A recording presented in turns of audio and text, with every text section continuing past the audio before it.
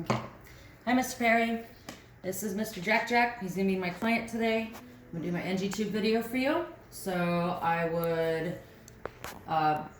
receive an order for an NG tube. I'll verify the order, verify the need for the order, and then I will gather my supplies. So I have here my basin, my tissues, cup of water, towel, tape, pen light, scissors, the tube, and my stethoscope.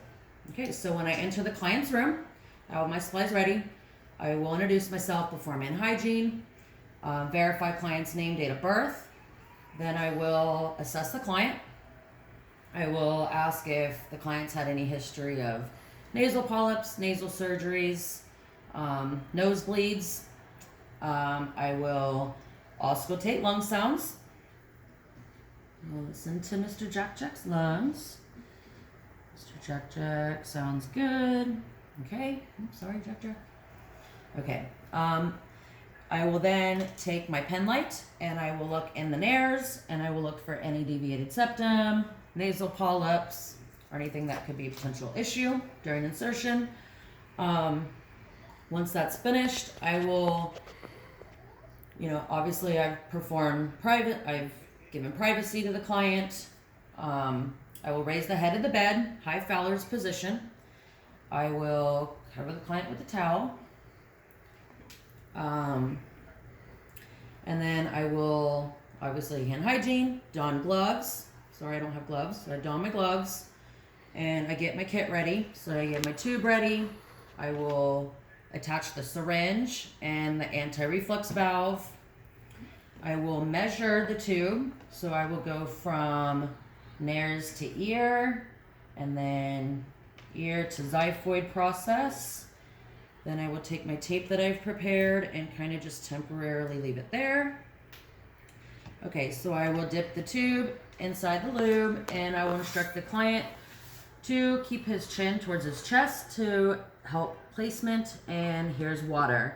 I will let the client know that when he feels the tube at the back of his throat, he would take a sip of water, and as he swallows, I will insert the tube a little more. So here I've inserted, say he feels it, he takes a sip of water, swallow, I insert with each swallow. And then when I get to where I believe, I will temporarily secure the tube for a moment. And then I will auscultate lung sounds. And then I would auscultate for the air bolus to confirm placement.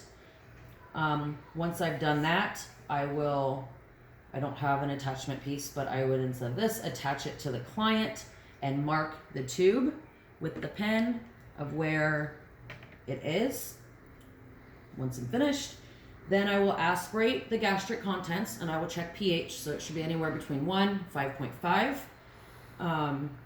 Once I've done that, it's in, and I would obviously clean up my supplies.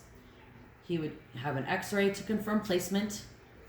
Once that's done, then if there's a lavage or decompression ordered, I would do that, or any suctioning. So I would, clean up, hand hygiene, then I would document date and time, the NG tube placement, how the client tolerated, gastric contents, color, consistency, pH level, and that would be it. And then for removal, I would come in and introduce myself again, verify name, date of birth, of course, again, and inform the client that he has an order for removal of the NG tube. Kind of give him a heads up that, okay, when I go to remove this, I'm going to ask you to hold your breath. As you hold your breath, I will pull the tube out, and as soon as the tube is out, I will instruct you to cough. Just kind of a forewarning so everyone does it correctly. So first I would unfasten the tube from the client, obviously, and then I would then instruct the client to take a deep breath and hold it in. So Jack holds in his breath. I will then pull the tube out and say, okay, cough. Client would cough. And then I would ask the client how he feels. I would document the tube removal, time and date, how the client tolerated, if there were any complications, and remove gloves, perform hand hygiene, make sure the bed's lowered and the client's comfortable. And that's it. I hope I covered it all. Thanks, Mr. Perry.